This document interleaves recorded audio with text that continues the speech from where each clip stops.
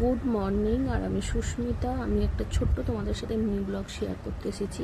আমি কিছুদিন আগে বলেছিলাম যে বাবার বৃহস্পতিবার একটা সার্জারি আছে, কিন্তু সার্জারিটা হয়নি। তার কারণ হচ্ছে বাবার বেশ কিছুদিন ধরে 10-12 দিন তো হবেই খাওয়া বন্ধ হয়ে গেছিলো। লিকুইড নামমাত্র ওই চামচে করে খাওয়ানো হচ্ছিলো, সেই কারণে শরীরটা খুবই দুর্বল হয়ে গেছিলো।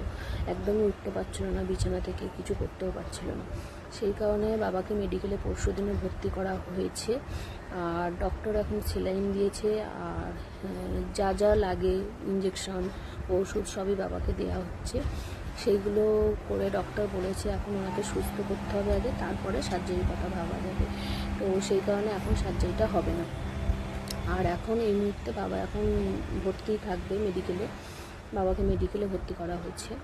আর বর আর শাশুড়ি ওখানেই থাকে, যাতায়াত করে। আর আমার দেওরও আছে, সারাক্ষণ যাওয়া আসা করছে।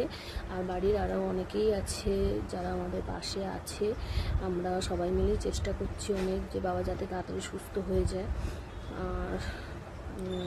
আর একটা কথা বলার ছিল, সেটা হচ্ছে আমি এখন বেশ কিছুদিন রিলস করছি না। সেই পরিস্থিতিটা এখন নেই রিলস করার মতো, কিন্তু আমি তোমাদের সাথে ছোটো ছোটো মিনি ব্লগ শেয়ার করব।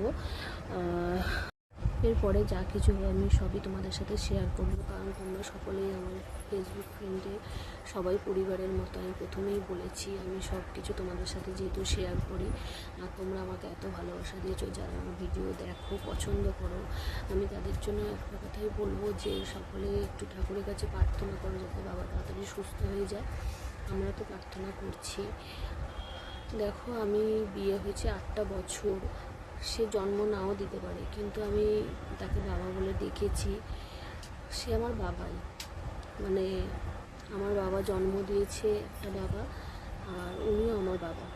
কারণ আমরা যেখানে যাই বলতে গেলে আমরা একসাথে যাওয়া, কেনাকাটি বলো সব কিছু একসাথে করতাম।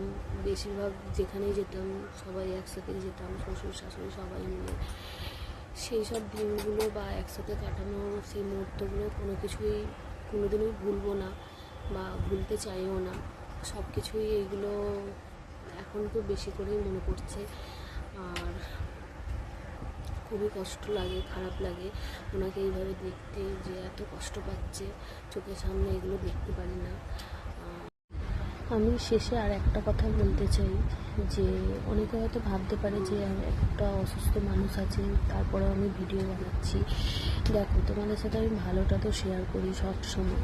তো আমার এখন খারাপ সময় যাচ্ছে, বা খারাপ সময়ের জন্য আমি তোমাদের সাথে খারাপটা শেয়ার করবো না, এটা তো হতে পারে না। না, যেহেতু আমি সব কিছু শেয়ার করি, আমার ভালো মন্দ সবটাই তোমাদের সাথে শেয়ার করা উচিত। আর অনেকে হয়তো ভাবতে পারে আমি রিলস করি তো এখন বানাচ্ছি না, কী কারণ? সেই কারণে আমি এই ভিডিওটা করা। আর যারা ভিডিও করে তাদের জন্য আমার কিছু বলার নেই, কারণ তারা তো জানে যে ভিডিও করতে গেলে তাদেরকে ভালো মন্দ সব কিছুই শেয়ার করতে লাগে, সবটাই। তো সেই কারণেই করা, আর কিছুই বলার নেই আমার আর কিছু বলার নেই।